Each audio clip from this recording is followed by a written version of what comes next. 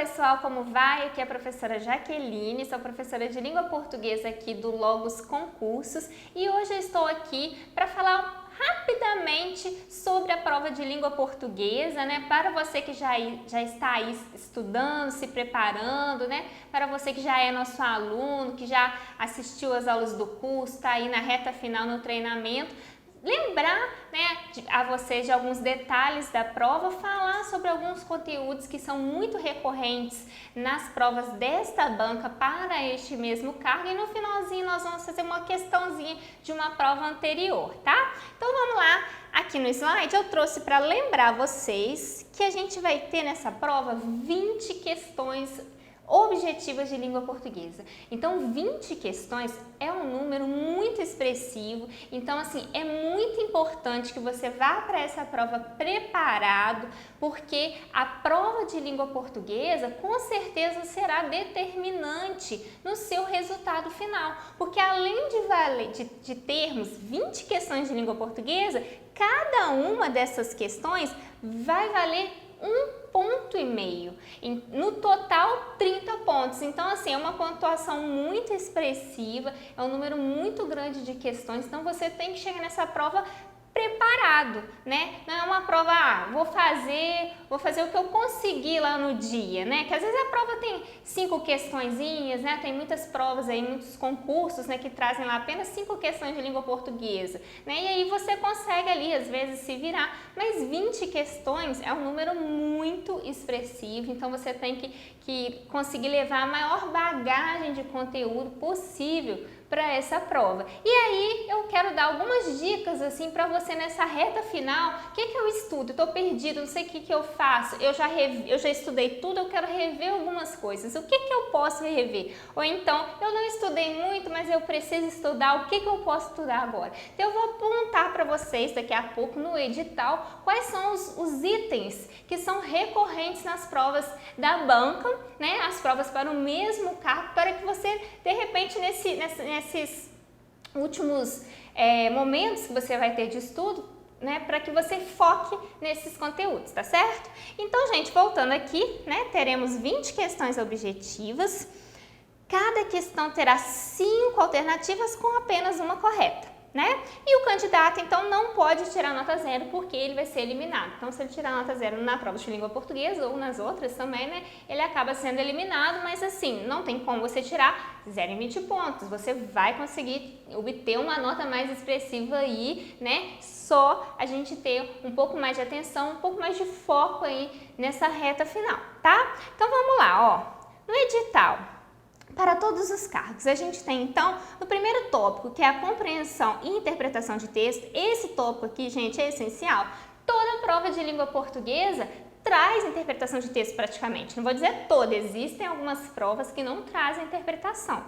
Mas isso normalmente acontece quando são poucas questões. Aí quando a gente tem ali 5 questões de língua portuguesa, às vezes a banca privilegia cobrar a gramática e não pede interpretação de texto. Mas como nós temos um número muito grande de questões, a gente com certeza terá pelo menos um texto. E eu acredito que não somente um. Por serem 20 questões, normalmente a banca gosta de colocar mais gêneros textuais diferentes, né, com ali tipos textuais específicos, né, e isso aqui, ó, tá dentro do nosso conteúdo, do nosso estudo também. Então a gente tem que saber ler os textos, compreender aquilo que está na superfície do texto, inferir aquilo que está nas entrelinhas do texto, saber identificar o gênero textual, qual é o objetivo daquele texto, né, para que aquele texto tem escrito, qual é o tipo textual, como aquele texto foi organizado linguisticamente, tá? Porque isso, sim, é básico, cai, tá? Como eu disse, por ser uma prova grande, a gente pode esperar aí mais de uma questão. Mais de um texto. E aí as questões de interpretação e muitas vezes algumas questões de gramática relacionadas ao conteúdo do texto, tá? Continuando aí, ó, outro conteúdo que eles costumam cobrar, tá no edital e é cobrado, é funções da linguagem. Então dá uma olhadinha lá nas funções da linguagem. Coesão textual cai muito. Quando a gente fala em coesão, a gente lembra lá do uso, por exemplo, dos pronomes, né, que fazem a retomada, a anáfora, ou que fazem a catáfora no texto. Quando a gente fala de coesão, a gente lembra das conjunções que fazem a ligação entre os termos de uma oração, entre as frases de um texto, entre os parágrafos, tá? Então, muita atenção aqui, ó, na coesão. Então, eu chamo atenção mais ainda, né, na parte de compreensão e interpretação de texto, na parte da coesão. Passamos aqui para o segundo item 3, né, que a gente tem aqui um equívoco no nosso edital, ortografia, especificamente o emprego de algumas letras, a questão do uso do hífen, né, que a gente teve algumas mudanças, algumas modificações de acordo com a nova ortografia, então dá uma olhadinha nisso, né?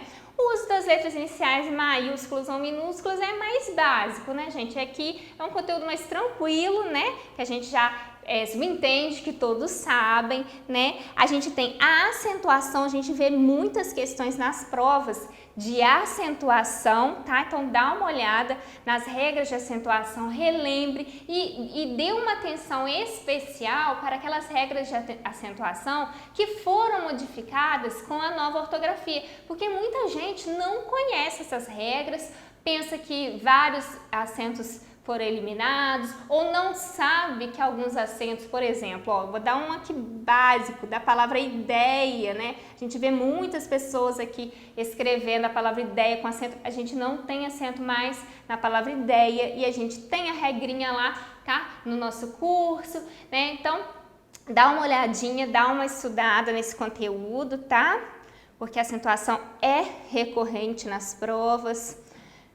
E aí ele fala aqui, incluindo conhecimento sobre as novas regras, o segundo número 4 aí, que é o emprego de parônimos, homônimos e formas variantes. Lembrando aqui da questão dos sinônimos, dos antônimos. Então, nas questões de compreensão textual, a gente quase sempre tem uma questão de sinonímia, que eles perguntam assim, em qual das opções a gente tem uma troca em que o sentido da palavra será mantido, tá? Então dá uma atenção especial para isso. Não é um conteúdo que a gente precisa ficar estudando, mas fique bem atento, né, para não errar esse tipo de questão, né, que na realidade são questões muito simples, né?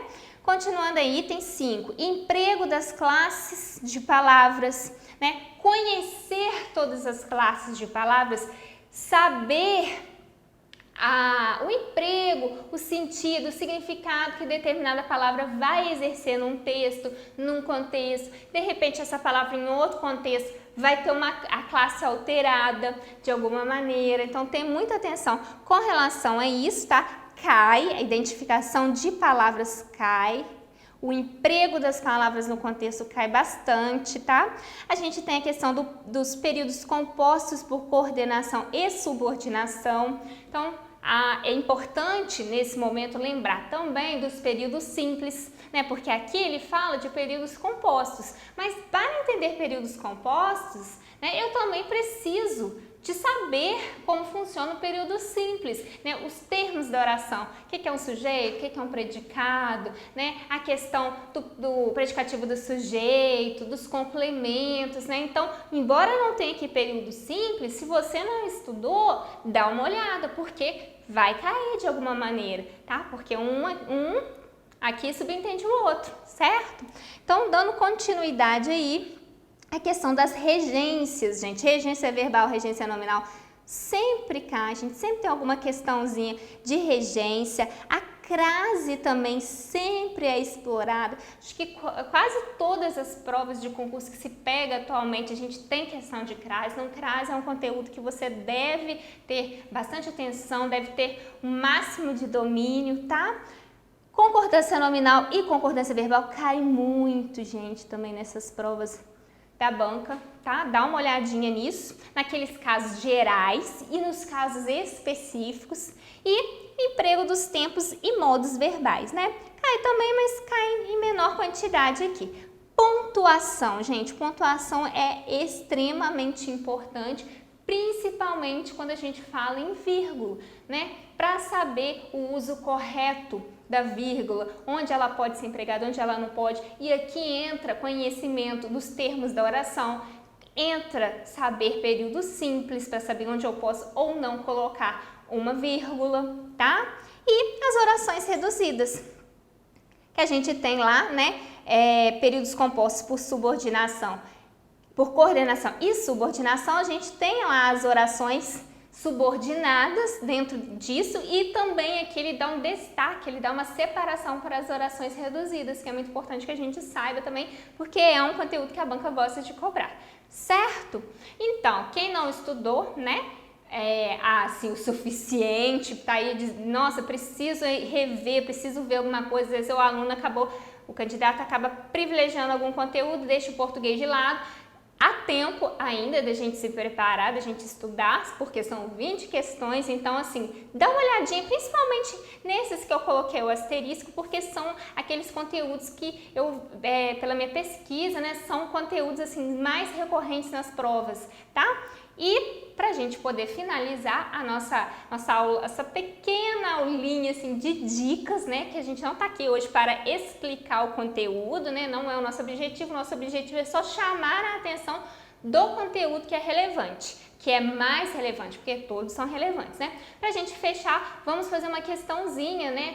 Da banca FAPEC. Trouxe para vocês, então, uma questão que traz o tratamento da concordância aqui mais especificamente verbal. Como eu falei, a gente sempre encontra nas provas concordância verbal e concordância nominal, tá? Então, a gente precisa saber os casos gerais de concordância, né? Sujeito concordando com o verbo e alguns casos específicos.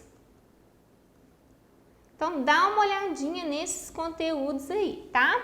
Assinale o período que apresenta erro de concordância verbal. Então, ele quer aquela que está errada, não quer a que está certa, quer a que está errada. Ele quer o que está errado. Letra A.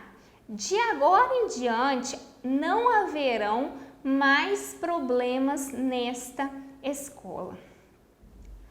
Nós temos aqui o verbo haverão. Se é concordância verbal, eu tenho que ir direto no verbo e ver se esse verbo concorda com o sujeito.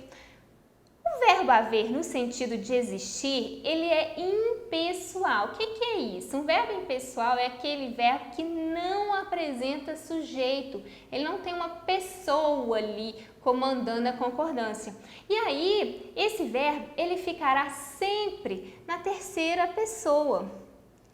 O verbo haver, no sentido de existir, então, ele não varia, ele fica na terceira pessoa do singular.